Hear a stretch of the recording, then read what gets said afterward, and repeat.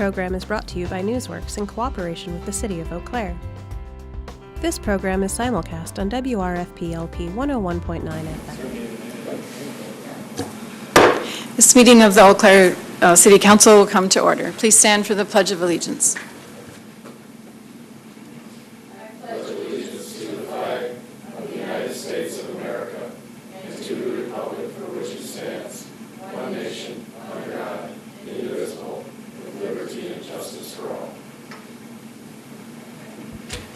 Clerk, please call the roll. Councilmember Beaton. Here. Emmanuel. Kincaid. Here. Klinkhammer. Here. Mitchell. Here. Strobel. T-Walt. Here. Von Hayden. Here. Weld. Here. Worthman. Here. Zhang. Here.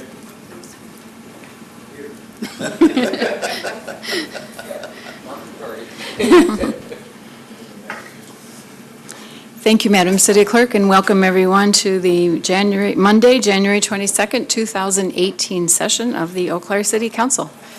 During its Monday night sessions, the Council conducts hearings and discussions in which we listen to public input and take public comment and ask questions in preparation for our legislative session, which convenes tomorrow afternoon in these chambers. We do welcome citizens who may be watching on community television tonight and want to take this opportunity to thank Valley Media Works, part of Chippewa Valley Community Television, for recording the meeting tonight. They wish to make it understand that viewers can find a recording or streaming of the information about tonight's meeting at valleymediaworks.org. So if you missed the meeting, you can catch it there live, or it is taped for future viewing. We do have important items on our agenda this evening. So let us begin with our first public discussion, which is a discussion on a resolution vacating a portion of Lorch Avenue from 27 feet east of Old Town Hall Road to the east end. Mr. Soberg. Good evening. Evening.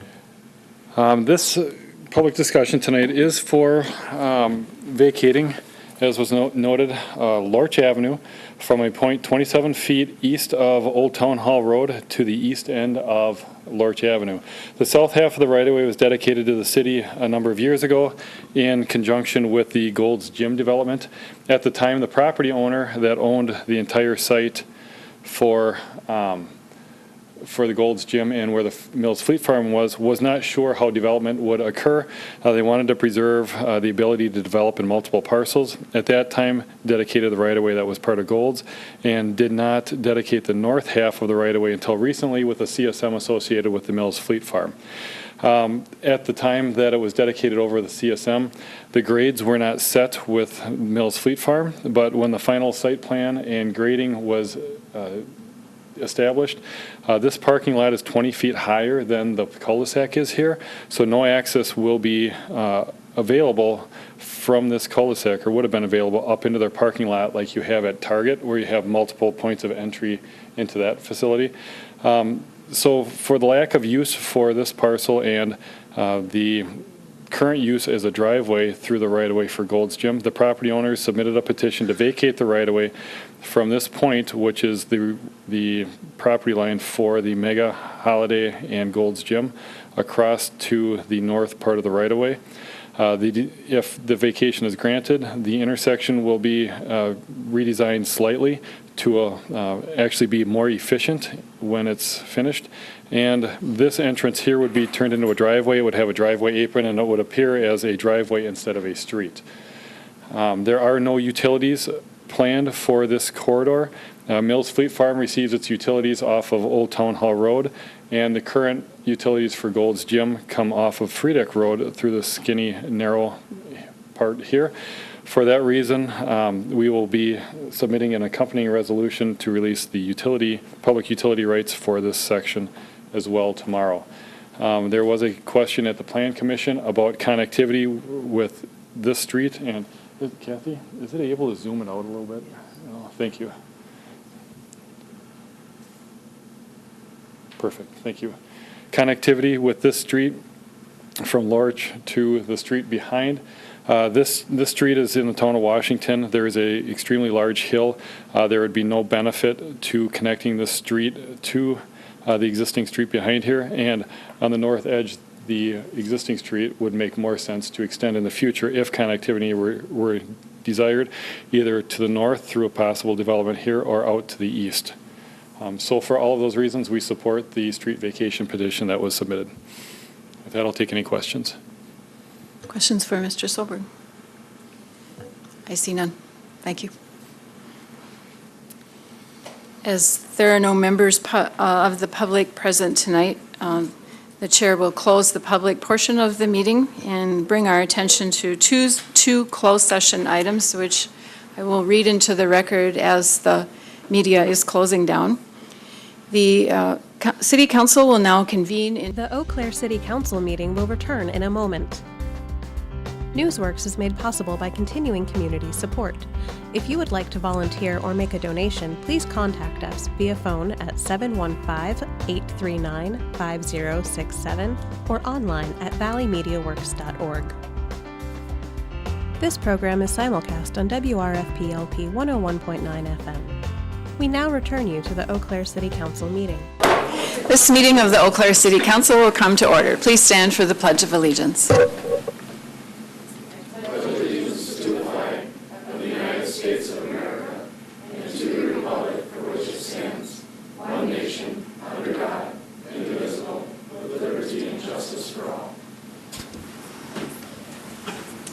Clerk, please call the roll.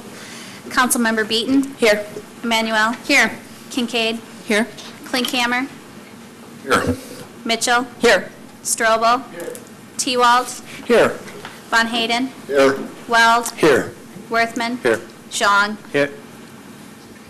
Thank you, Madam City Clerk, and welcome everyone to the Tuesday, January 3rd, 2018 legislative session of the Eau Claire City Council.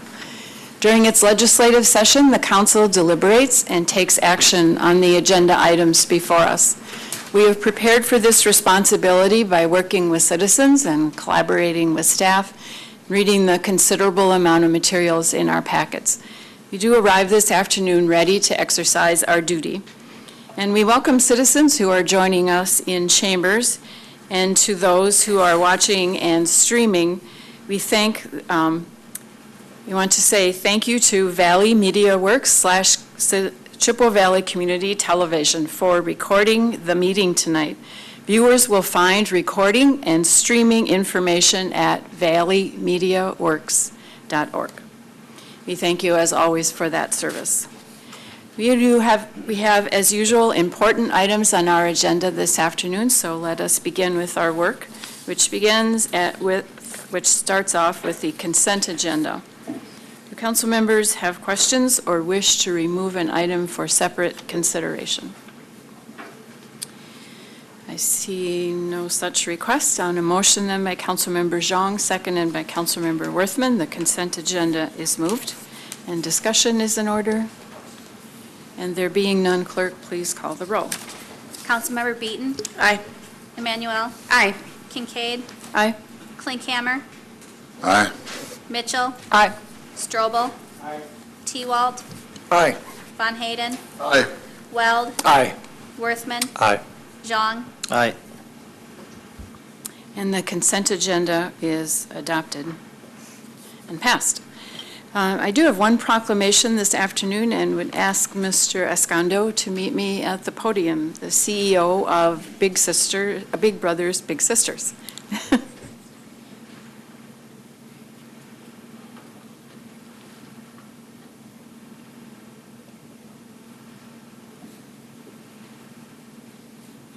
Someday maybe Big Sisters, Big Brothers. Hey, maybe. Maybe. I welcome you again this year, Mr. Escondo, and we have a little presentation while I read the proclamation for the public. Wonderful. Whereas every child deserves to achieve success in life, and mentoring through Big Brothers Big Sisters of Northwestern Wisconsin provides children facing adversity with strong and enduring, professionally supported relationships that change their lives for the better forever. And whereas children with a mentor set higher goals for themselves, and are less likely to use drugs and alcohol, and are more likely to reach higher levels of education. And each year, hundreds of caring adults volunteer their time to better the lives of children in our community as mentors. And 2018 marks the 16th year celebrating January as National Mentoring Month. Therefore, the City Council does hereby proclaim January 2018 as Big Brothers, Big Sisters, January 25th, sorry, as Big Brothers, Big Sisters, Thank Your Mentor Day. Mr. Escondo. Thank you. Thank you very much. Thank you. Just a few words from me. Obviously, a huge thank you to this city council, to the city of Eau Claire for the history of support that this city has offered Big Brothers Big Sisters, because every January we do celebrate National Mentoring Month, and we do this to celebrate the immense power that exists when a positive adult role model enters the life of a child, especially one who's facing significant adversity. And every January, this council has joined us in proclaiming a day in this month as Big Brothers Big Sisters Thank Your Mentor Day. But I think what's most important is that this proclamation not only serves as wonderful inspiration for my teammates and I to continue our work with some amazing kids and their families, but probably most importantly, this proclamation is a clear message to our kids that in addition to their big brothers and in addition to their big sisters, that the city of Eau Claire believes in them too. For as long as there are children who have accepted hardship such as isolation, poverty, parental incarceration, for as long as they've accepted that as their normal, Big Brothers, Big Sisters will be there to show them that their normal can be much more, that their normal must be much more. So once again, thank you to Council President Kincaid and to all of the City Council members for your continued support of youth mentoring. Thank you.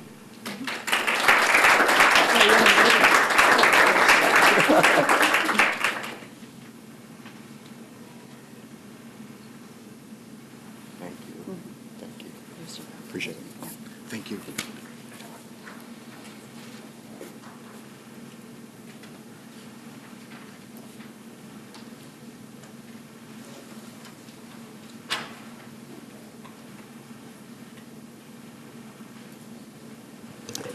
Okay. We continue our work this afternoon then with the opening of the business agenda, which begins with item 12. A resolution granting a reserve combination Class B liquor and fermented malt beverage license to Casa Vallarta on Seymour Road. Ms. Stromberger. Thank you. This is a planned Mexican family restaurant, hoping to open on February 1st next week. They plan to be open every day for lunch and dinner, plan to operate as a family business. The agent, in fact, has 7 years of experience in other similar family businesses, and they plan to have at least 4 licensed bartenders, and it is an application for a full liquor license. So happy to take any questions, and the applicant is here as well. Questions for Ms. Stromberger? I see none. And on a motion by Councilmember Emanuel, seconded by Councilmember Beaton, item 12 is moved. Discussion? And there being none, clerk, please call the roll. Councilmember Emanuel. Aye. Kincaid. Aye. Klinkhammer. Aye. Mitchell. Aye. Strobel. Aye. T-Walt. Aye. Von Hayden. Aye. Weld. Aye. Worthman. Aye. Zhang. Aye. Beaton. Aye. And that resolution passes. Best of luck to your business. And item 13 is a resolution authorizing Special Olympics of Wisconsin to conduct the Polar Plunge on Sunday, February 25th at Half Moon Beach. The chair wishes to welcome back the Polar Plunge activity, who I think for at least 1 year has not held their event in Eau Claire, and we're very happy to have them back on Half Moon Lake. Mr. Bebinger. Good afternoon. The special event application before you is a repeat event that is returning to Eau Claire after being away for 1 year, is coming back home. The Polar Plunge has been an annual event in Eau Claire for over 20 years and is an event that is a fundraising opportunity for Special Olympics. This year's event will occur on Sunday, February 25th from noon to 3 p.m. and will take place at Half Moon Lake, essentially the same spot that it was always located. They'll have in this area, they'll have a registration tent, some portable bathrooms, a food trailer. There will be some judges area. They'll be judging the participants in their style and attire. They'll have the ice opening, and I've been told that everybody is invited to this. They have a protective fence around this area because they will have this opening open before the event on Sunday. So they'll have that cut open. They also have a men's and women's changing tents, dumpsters for the garbage area. This event requires City Council approval due to 1,000 or more persons expected at the event. The Special Events Committee is happy to have the Polar Plunge back in Eau Claire as a major fundraising event for Special Olympics. Today we have Ms. Lisa Walter here to answer any additional questions, and of course I'll be happy to answer any questions you might have also. Thank you, Mr. Pippinger. Does Ms. Walter wish to speak? Welcome. Hi, thank you. Yeah, we're coming back home. So we've heard a lot of really great comments from local businesses and things. We have a lot of wonderful partnerships. We're working with Eau Claire Fire and Rescue to be there for the safety reasons. We are new this year. We're working with Box Sanitation. They always give us donate a couple of dumpsters, but we talked to them today, and they're also giving us recyclable containers that then they'll be working, so we'll be able to recycle things. We're working with the downtown Eau Claire Shoe Company that's going to bring us recyclable containers, so after people plunge in their tennis shoes, they're going to take those, so we're hoping for less waste and things at the event, and it's just a great community event, and we're glad we're back. We just got confirmation from Mayo Eau Claire and their security department that we can advertise that we can use all of their parking for the event on that Sunday also.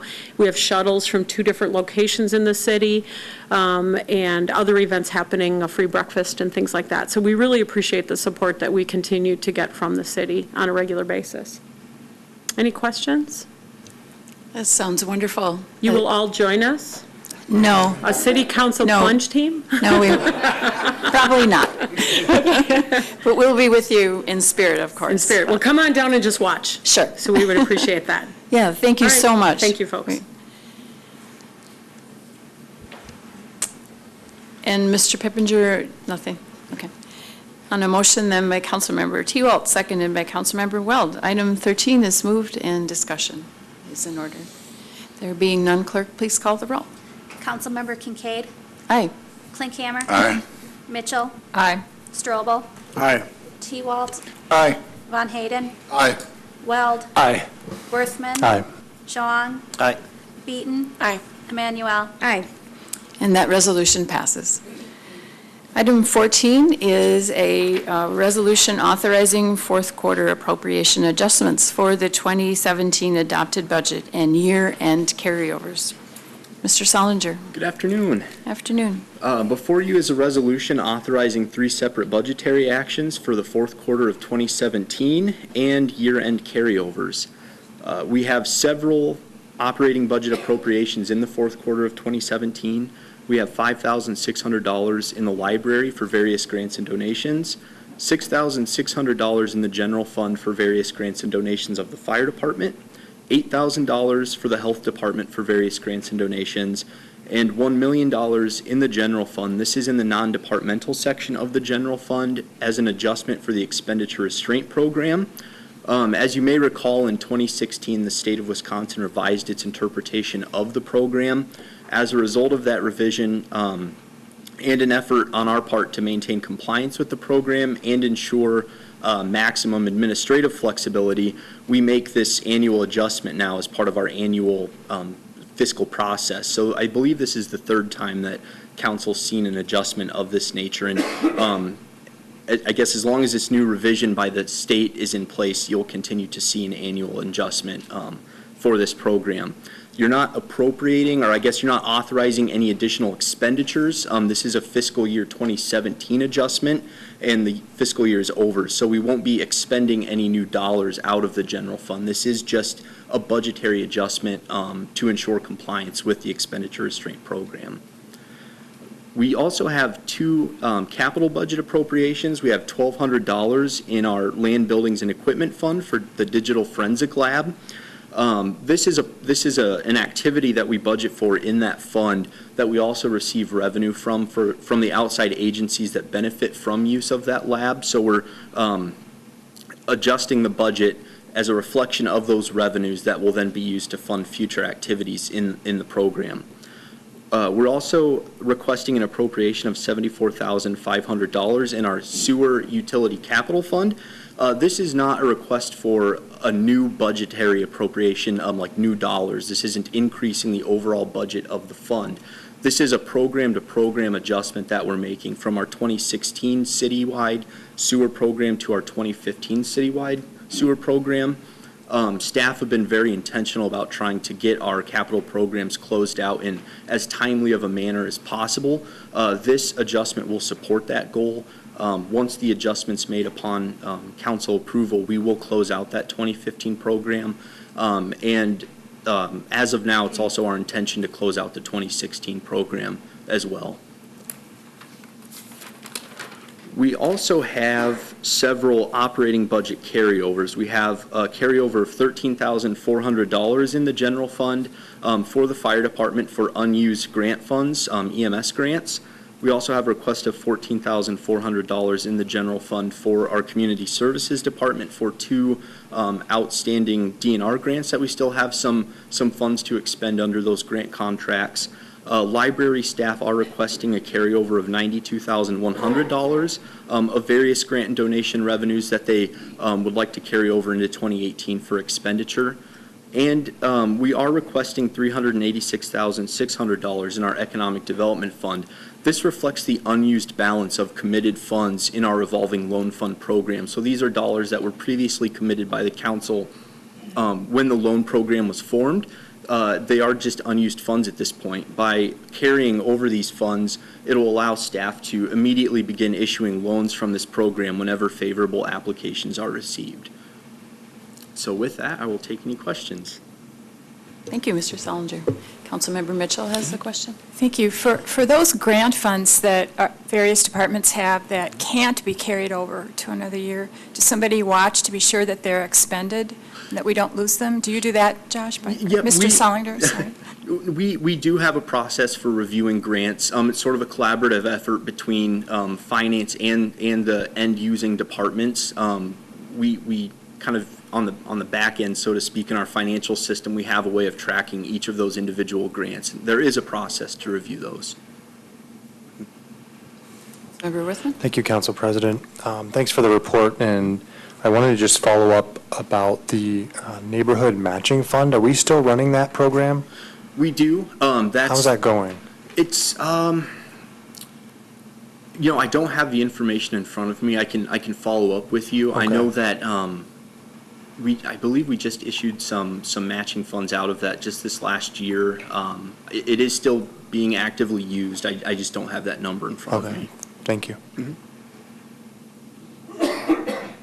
And I see no further questions. Thank you. Thank you.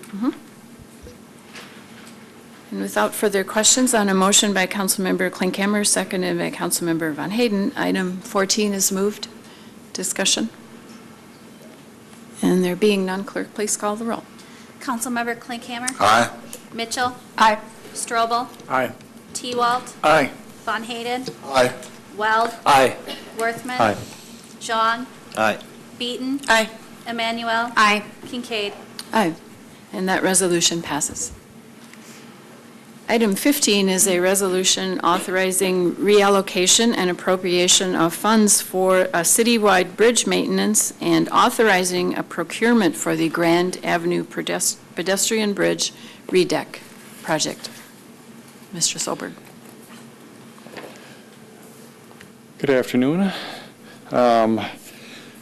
This past year, we've been working on plans for the redeck of the Grand Avenue pedestrian bridge that connects the East Grand Avenue and West Grand Avenue in downtown.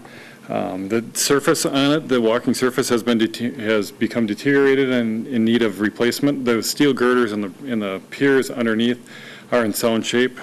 So as you see, the existing girders that you have here and the substructure units are the original and will remain in place. The procurement in the resolution is for the top surface that you walk on. Bids were received for the Grand Avenue pedestrian spring this January. It was included in the 2018 budget for the citywide bridge maintenance program. Typically, we have between $300,000 and $500,000 per year for that program. And we bumped it up a little bit this year for 2018, and in anticipation of this project. Bids came back and exceeded the amount that was in the program for the citywide street and bridge reconstruction, or maintenance. It's part of the maintenance because it's not a reconstruction like the Causeway project where we had a separate account for that. The Eddy Street Bridge project has funds in that account. With recent ownership issues being brought into question with the bridge, that project will not be moving forward in 2018.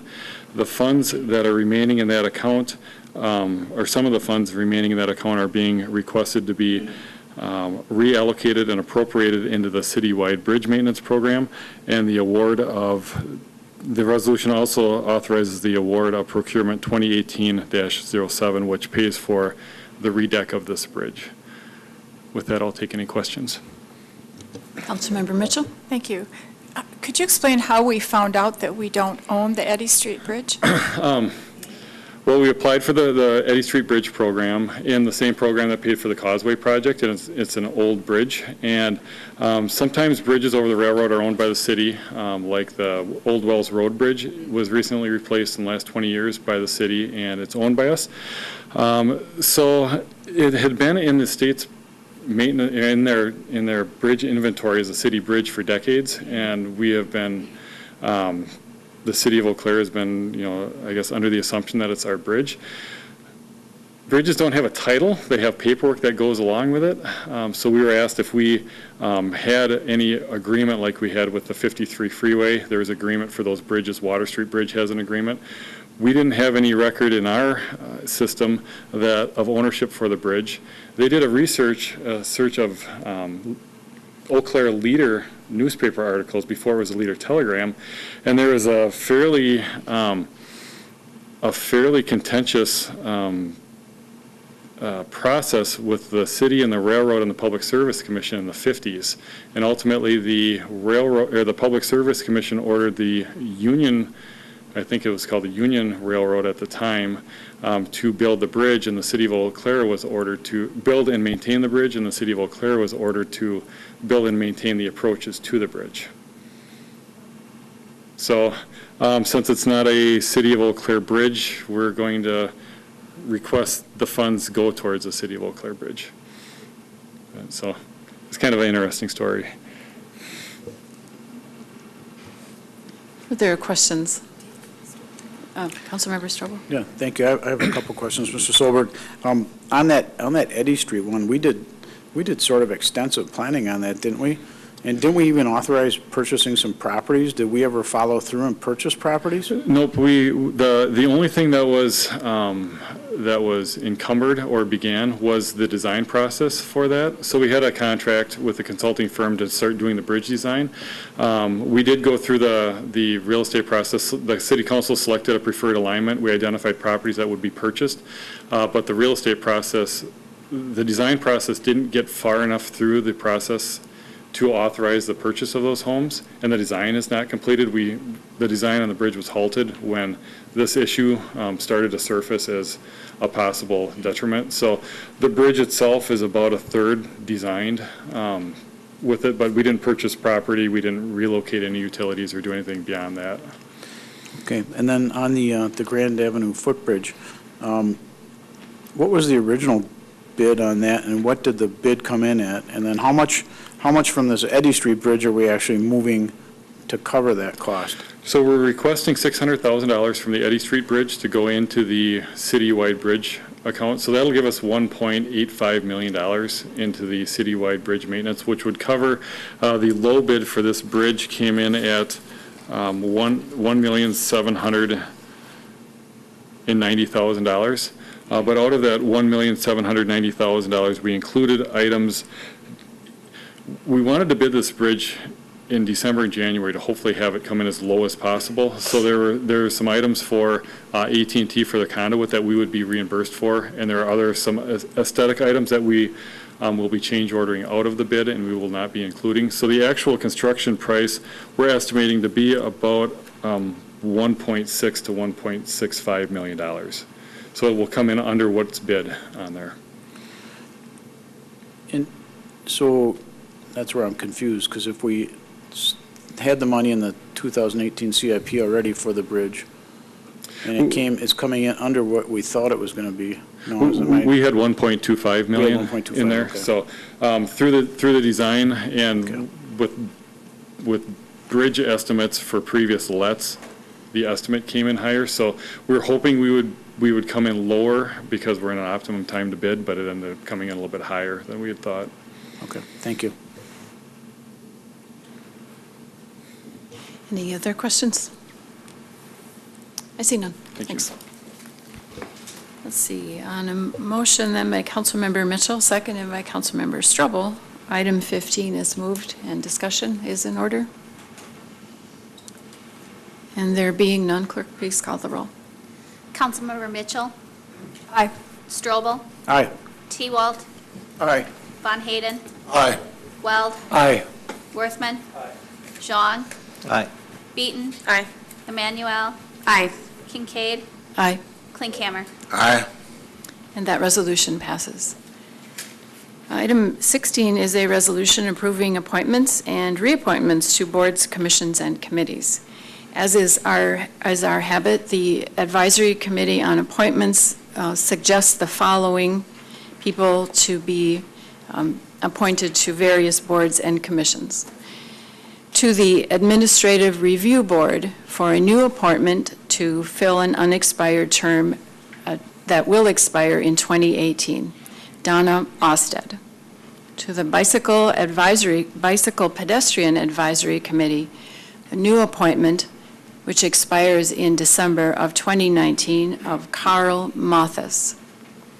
And to the West Grand Avenue Business Improvement District, 2 reappointments to 2-year terms to expire in 2019. Everett Blakely, John Curtis, and Ann Sessions. And a new appointment to the West Grand Avenue Business Improvement District of Daniel Duffenbach for a term to expire in December of 2018. Do council members have questions regarding these recommendations? There being none, on a motion by Councilmember Mitchell, seconded by Councilmember Emmanuel, item 16 is moved and discussion is in order. And there being none, clerk, please call the roll. Councilmember Strobel, Aye. T-Walt, Aye. Von Hayden, Aye. Weld, Aye. Worthman, Jean, Aye. Beaton, Aye. Emmanuel, Aye. Kincaid, Aye. Klinkhammer, Aye. Mitchell. Aye. And that resolution passes. Item 17 is a resolution vacating a portion of Lorch Avenue from 27 feet east of Old Town Hall Road to the east end. Mr. Jensko? Mr. Solberg?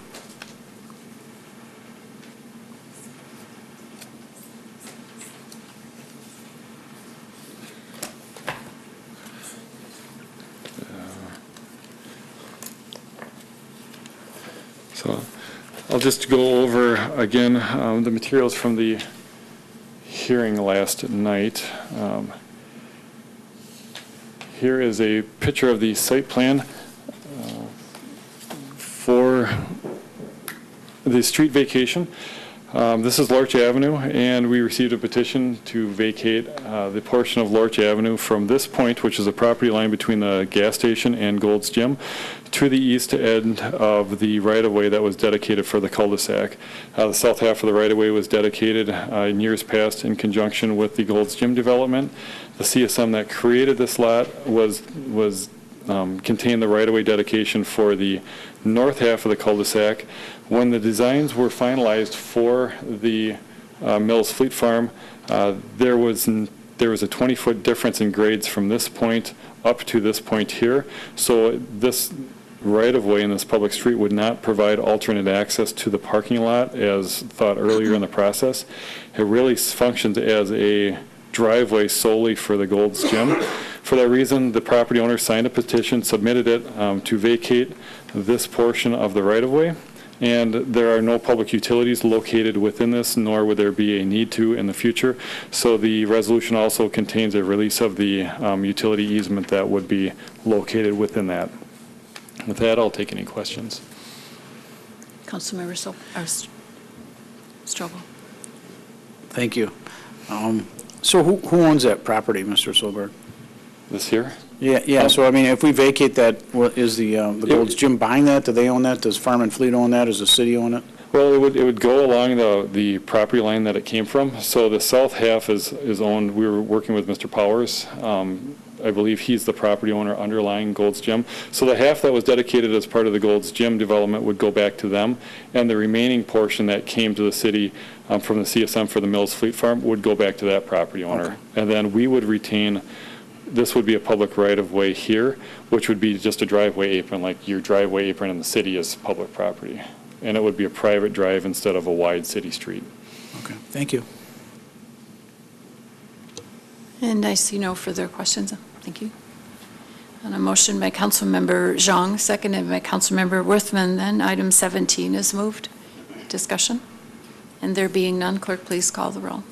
Councilmember T-Walt, Aye. Von Hayden, Aye. Wells, Aye. Worthman, Aye. Zhang, Aye. Beaton, Aye. Emmanuel, Aye. Kincaid, Aye. Klinkhammer, Aye. Mitchell, Aye. Strobel. Aye. And that resolution passes. Item 18 is a related item, a resolution releasing utility easements within Lorch Avenue. Questions about utility easement releases? On a motion then by Councilmember Emmanuel, seconded by Councilmember Beaton, item 18 is moved and discussion is in order. There being none, clerk, please call the roll. Councilmember Von Hayden, Aye. Wells, Aye. Worthman, Aye. Zhang, Aye. Beaton, Aye. Emmanuel, Aye. Kincaid, Aye. Klinkhammer, Aye. Mitchell, Aye. Strobel, Aye. T-Walt. Aye. And that resolution passes. Item 19 is a resolution approving the Bicycle and Pedestrian Advisory Committee's 2018 annual work plan. Mr. Ivory. Might I say, while you're walking up, this is an impressive piece of work.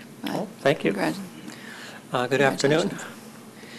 The ordinance that governs the Bicycle and Pedestrian Advisory Committee, or as referred to as BPAC, requires City Council approval on an annual basis. So included in your packet is a copy of the work program for 2018, and then we did a summary or recap of the activities for 2017. And then there's a resolution in your packet that you'd consider for approval of the work program.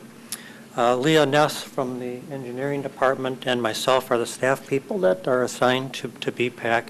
We put together the draft work program for 2018 and then presented that to BPAC at their December meeting, which they approved at that particular meeting. I just wanted to highlight a couple things from 2017 and then a couple things from the 2018 work program. From 2017, the committee continued to work on updating the bicycle and pedestrian plan that was adopted back in 2010. That included holding several public listening sessions throughout the year, and then we posted a draft of the plan on our website for the month of September and part of October. So at this point, We're taking that input that we got and making a final draft that we'll be bringing to the Plan Commission probably in April, we anticipate. Also, the committee was involved in several educational activities during last year, including helping out with Bike Week that was done in June. Part of that, they had an educational booth as part of a couple of the activities that they had. They also co-sponsored a bicycle ride during that week that featured going across as many of the bridges and the rivers as possible. It was about a 12-mile bike ride, and we had over 60 participants, so it was quite a success. We finished out at the Lazy Monk Brewery, which seemed to be pretty popular also. We also worked with WEAU News to do a news segment on bicycle safety.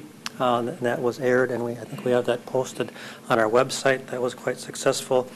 And then the committee did work with West Central Regional Planning Commission. They've been in the process of updating our Safe Routes to School plan that was prepared back in probably 10 years ago or so.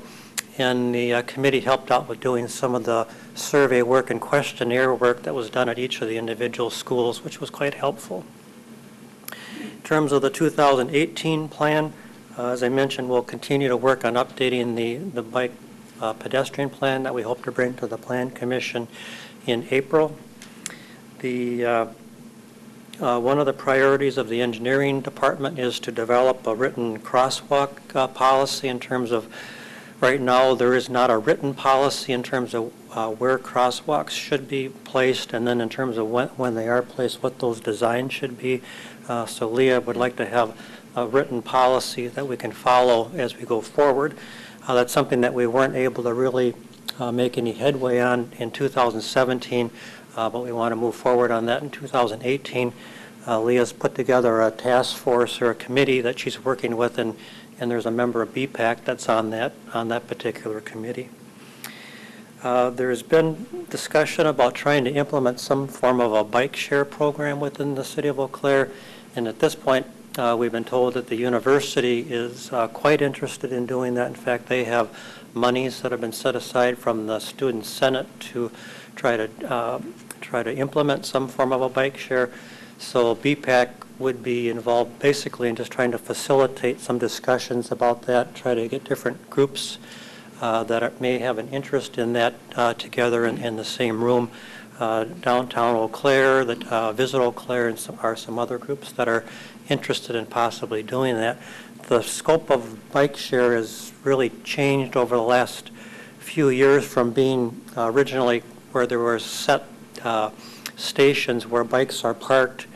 People would rent those out and then bring them back to those stations. It's evolving over time now where some of those permanent stations are no longer necessary depending on the vendor that the community might go with. So there's a lot of different options out there to look at. And then a couple kind of exciting new projects that we've just kind of found out about in the last couple months is one is a grant program, grant that the Chippewa Valley Museum received from the Mayo Foundation, and what that grant program is supposed to do is to develop 3 to 4 bicycle or walking routes within the city that have a feature on Eau Claire history. So BPAC would be involved possibly in helping set up some of those routes, maybe actually even participating in doing guiding those, a bike ride or a walking route, and then we'll also involve the Landmarks Commission as part of that also. And then the other one is that the City County Health Department had applied for and received a grant through the Walkability Action Institute program, and what that will involve is that there'll be a team of people from Eau Claire, about 5 to 6 people, that will be going to a workshop that's in Atlanta that will feature walkability within communities, and I'll look at different strategies that different communities have done, and that team will come back to Eau Claire and try to implement some of those strategies. And BPAC's role will basically be just to help out in terms of trying to do their focus on some of the pedestrian environment within the city. So that's kind of a recap of some of the highlights of some of the things that we're anticipating for this year. If you have any questions. I'll see. Councilmember Mitchell. Thank you. I noticed a couple times that the Healthy Communities, but Healthy Communities is mentioned in the plan. Are you on their mailing list? Do you get their agendas? How does BPAC interact with, I assume it's the, well, of course, I can't think of the name of the action team right now, but I assume it's Yes, it's one the of the chronic disease. Chronic disease and prevention, yeah. I'm on their mailing list kind of indirectly, and they meet once a month, and I go to those meetings periodically as we feel that there's a need that would fit within either the bicycle or the pedestrian aspect. So we've been working with them on a couple different projects, and they would be involved with this. Actually, I think they are actually the ones that submitted this grant for this team that's going to be going to Atlanta. Councilmember Strobel. Thank you. Thank you, Mr. Ivory. That's an extensive report. And in fairness to my next question, I could say I didn't really read the whole thing. So maybe it's in here, maybe it's not. But downtown, we've got sort of a big problem with bikes and skateboards on the sidewalks right now. And I know the police department and city engineering department are sort of trying to work on a solution to maybe come forth in the spring with. Is this something that BPAC could potentially be helpful? Just maybe to chime in on, or maybe they have some ideas that would help maybe with the bikes on the sidewalks down there? Yes, actually, the committee has talked about that, and it's on, Leah and I have both talked about that. It's kind of on our agendas to work on that this spring. We did, about a year and a half ago, update our city ordinance in terms of designating where bicycles are prohibited, which is primarily in the downtown area, but we updated in terms of where those streets are. So we've gotten through that process. The next process was basically to better identify and mark those sidewalks. And we've looked at some different ways of doing that with a combination of signage and then using some kind of a stencil system on the sidewalks. We have gotten a number more concerns or complaints regarding downtown over the last year now with the increase in the housing that we're seeing downtown with the Haymarket landing and those types of things. So I think the problem with the conflicts between the bicyclists and the pedestrians has grown over the last year. So we're hoping to do something right away this spring and early summer. Thank you. Other questions or comments? If I might say, just as from my perspective as a policy maker, and this report and the function of the committee is so very helpful to use the expertise of the people on the committee and your own expertise to bring us ideas and fulfill what we would envision on a policy level. It's really a great thing. That's what I wanted to say. It's a great thing to see this all, what appears to me to be working together. And the fact that you're addressing a broad breadth of projects that require different expertise and is reflected in the members of the committee and yourselves, it's really cool to watch it all come together. So yeah, I appreciate that. It's a good group of people on the committee, and over the years they've worked on a number of different projects, and I think kind of their work has kind of evolved over the years. Yeah, we can see it's really quite a sophisticated work plan and plan of work and work plan. So, Thanks. Councilmember Mitchell. And after tonight, you have a full complement of committee members. That's what I hear, yes. Thank you. So you should be good to go. There being no further discussion then or questions, and thank you to you both. On a motion, let's see, where am I? On a motion, but then by Councilmember T-Walt, seconded by Councilmember Weld, item 19 is moved. Discussion? And there being none, clerk, please call the roll. Councilmember Weld, Aye. Worthman, Aye. Zhang, Aye. Beaton. Aye. Manuel. Aye. Kincaid. Aye. Klinkhammer. Aye. Mitchell. Aye. Strobel. Aye. T-Walt, Aye. Von Hayden. Aye. And that resolution passes. Item 20, the final business item on our business agenda, is a resolution authorizing the city manager to execute a collective bargaining agreement between the City of Eau Claire and Police Patrol Local 9. Ms. Elton. Before you is a resolution authorizing the city manager to execute a collective bargaining agreement between the City of Eau Claire and Police Patrol Local 9 pursuant to the discussions we had last night in closed session. I will hit the highlights of the agreement. You have in front of you the actual copy of the tentative agreement that shows the highlight strikeout of the changes to the collective bargaining agreement. But basically, what it calls for is a term of 2 years, so a 2-year extension. Across the board, 1% increases on January 1st and July 1st of 2018. 1.5% increase on January 1st of 2019, and another 1% on July 1st of 19. So a total of 2.5% in that second year. Health insurance remains unchanged, so the same contributions to health insurance as in the prior contract. Retiree health insurance remains the same as in the prior agreement. It eliminates longevity payments, enrolls them into into 4 new pay steps on the pay plan, and then some operational changes. You'll see there's some minor language changes. Our goal was to try to get the contract language more parallel to the employee handbook for the non-represented employees. And then an agreement to continue the patrol side letter for another year. And we did enter into that side letter of agreement for a 3-year term. So, any questions? Questions for Ms. Elton? There are none. And on a motion then by Councilmember Klinkhammer, seconded by Councilmember Von Hayden, item 20 is moved and discussion is in order. And there being none, clerk, please call the roll. Councilmember Worthman. Zhang. Aye. Beaton. Aye. Emmanuel. Aye. Kincaid. Aye. Klinkhammer. Aye. Mitchell. Aye. Strobel. Aye. T-Walt. Aye. Von Hayden. Aye. Weld. Aye. And that resolution passes. There are no ordinances for action tonight, but there are 5 ordinances for introduction. The first 2 of which the Human Resources Department will ask us to suspend the rules and take up tonight.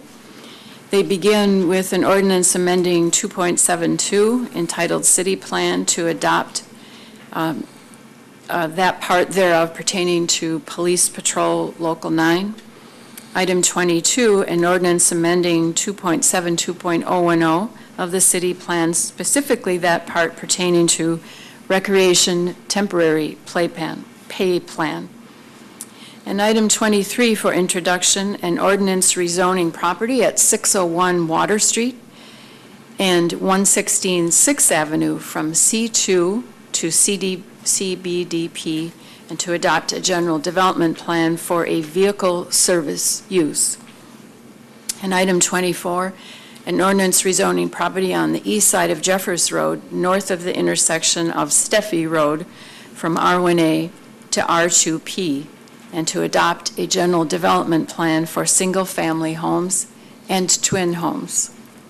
And finally, an ordinance for introduction rezoning property located on the southeast corner of Robin Road and 20th Avenue from R2 and I-1 to P Public, and to adopt a site plan for the existing dog park, drainage pond, and proposed dog park. Do council members wish to suspend the rules and take up any of these items this evening? Councilmember Von Hayden. Yes, I move we suspend the rules and take up agenda item 21. And can we do both at once, or as far as putting them on? I know we have to vote on them separately, but can we suspend the rules in one motion?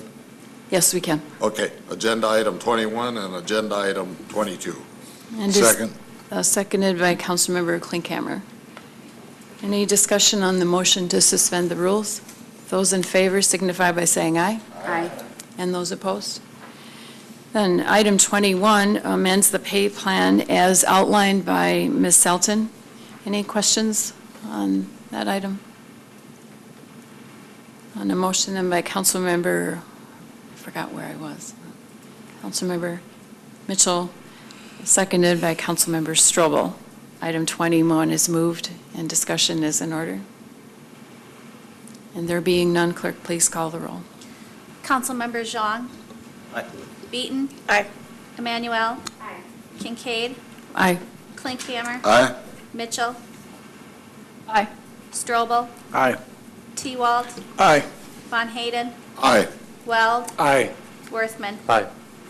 And that ordinance is adopted. Item 22 amends the pay plan for the recreational temporary pay plan. Ms. Elton? This is actually a budget cleanup item that I inadvertently omitted to bring forward in connection with the pay plan amendment back in November. What it is it's a revisions to the rec temp pay plan. It increases some of the positions that we're having a significant problem trying to recruit seasonal employees for to work in the summer and winter months. So there's some increases in pay from anywhere from 25 cents an hour to $1 an hour. This was approved through the budget session. They were service mods that were discussed at the work sessions and approved, and they are budget neutral. Questions for Ms. Selton? Councilmember Emmanuel?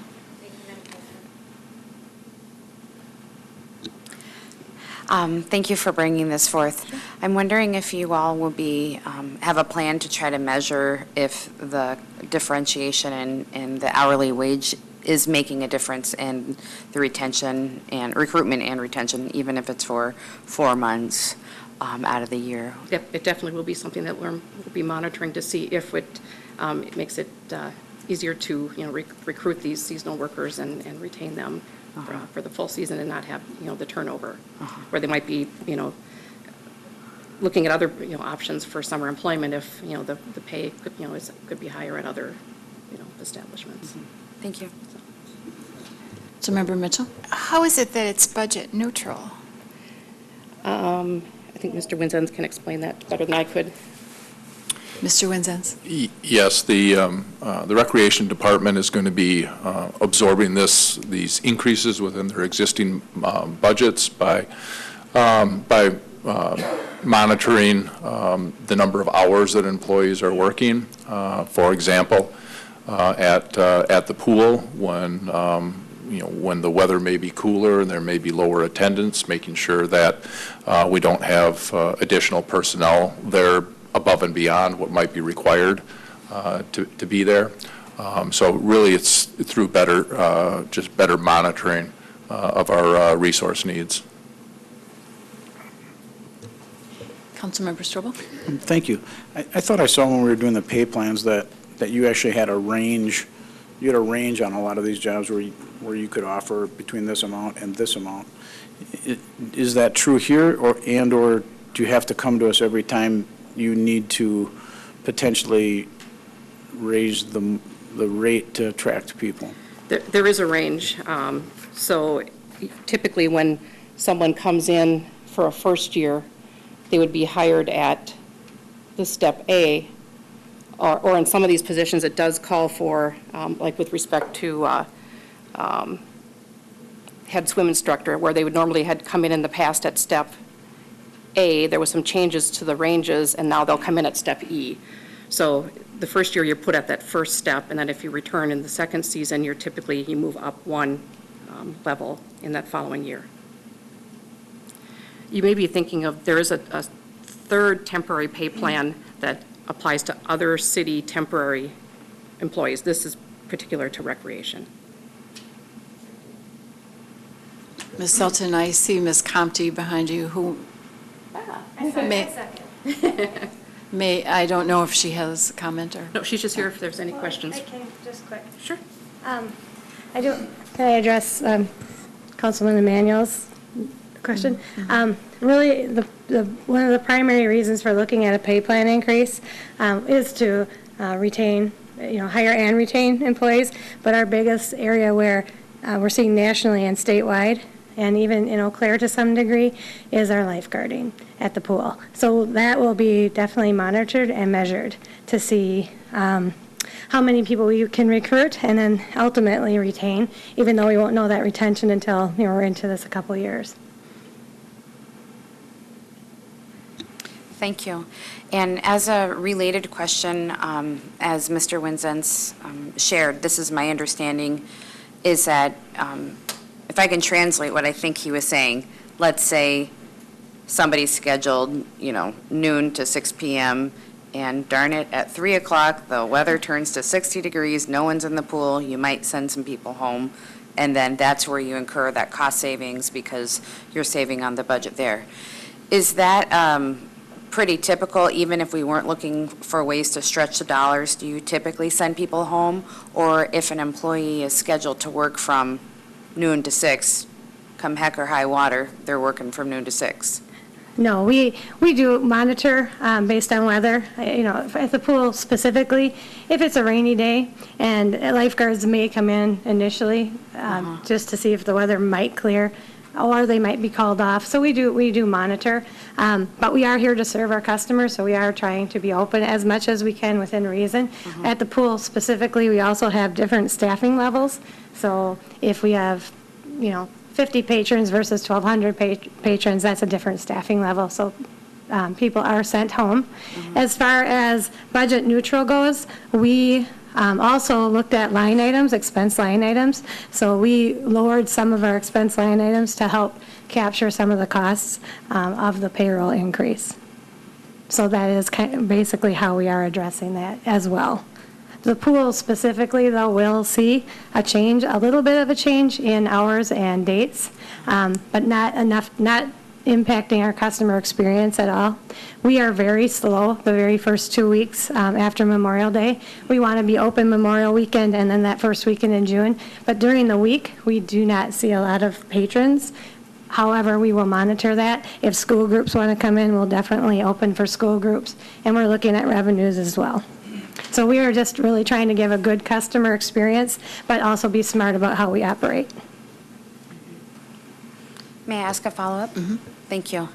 So my understanding, if I understand correctly, this means that this is not the first year that you would send somebody home if they're scheduled and the weather changes or attendance drops. This is a long-standing practice? Correct. Okay, thank you. Yes.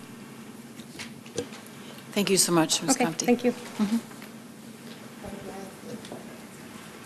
Did you have anything further, Ms. Elton? Okay. On a motion then by Councilmember Zhang, seconded by Councilmember Worthman, item 22 is moved. Discussion? Councilmember Von Hayden? I would just like to thank our staff for taking the initiative of eliminating and helping to alleviate a situation that we have in staffing for our Parks and Recreation Department. This is where it's wonderful to see that our department heads and our staff take a hard look at this, because unfortunately, dollars are hard to come by in many of the departments to cover salary increases and other things that are factors and cost increases. So it's wonderful to see that we do this to benefit all our young people that are working and to continue to provide the excellent services that we have been providing for all of our summer programs. So thank you much for your efforts, and keep up the good work. And further comment? There being none, clerk, please. I have a question. Oh, sorry. Go ahead. Thank you, Madam President.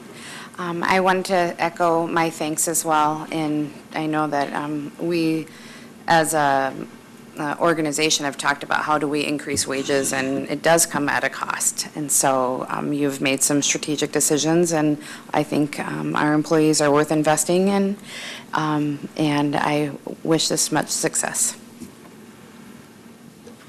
And there being no further comment, clerk, please call the roll. Councilmember Beaton? Aye. Emmanuel? Aye. Kincaid? Aye. Klinkhammer? Aye. Mitchell? Aye. Strobel? Aye. T-Walt? Aye. Von Hayden? Aye.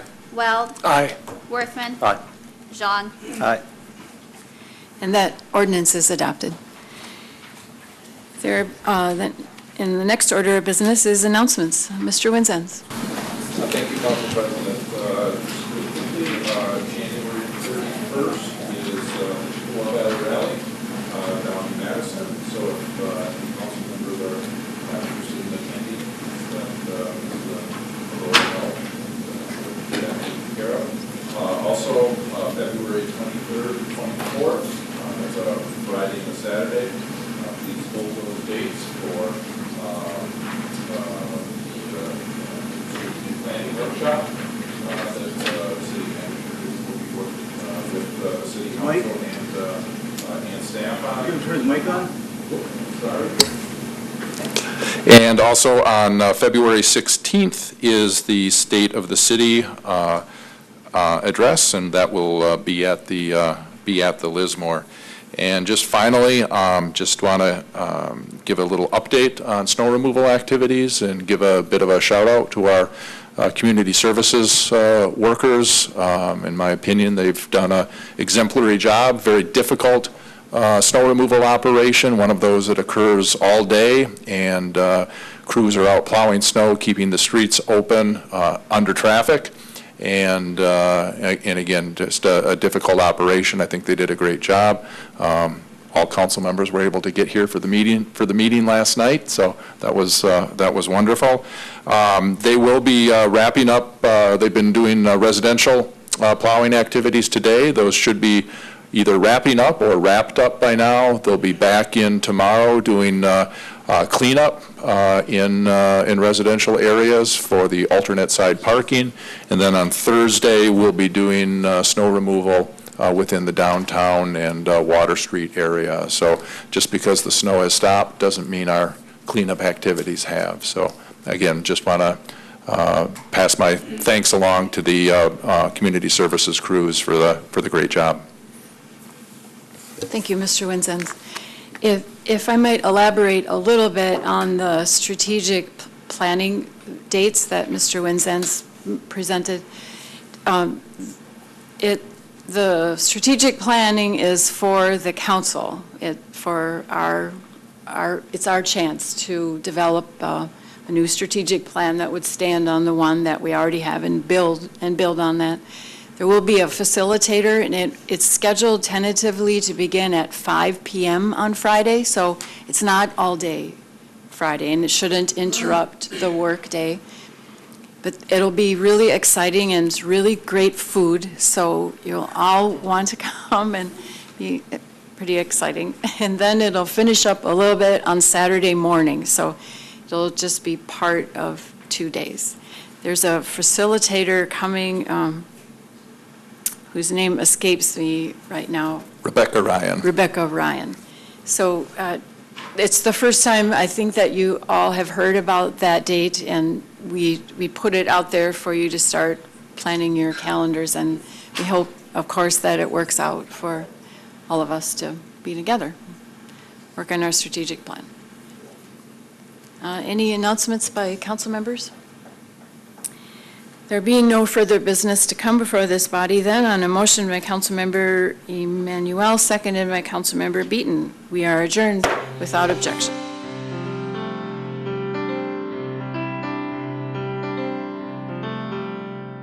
This program was brought to you by a cooperation between Newsworks and the City of Eau Claire. A transcript of this meeting is available for the hearing impaired. It will be available within 7 days of this telecast. Call 715-839-4912 or TDD 715-839-1689. Or write Eau Claire City Clerk, P.O. Box 5148, Eau Claire, Wisconsin 54702-5148. Newsworks is made possible by continuing community support. If you would like to volunteer or make a donation, please contact us via phone at 715-839-5067 or online at valleymediaworks.org.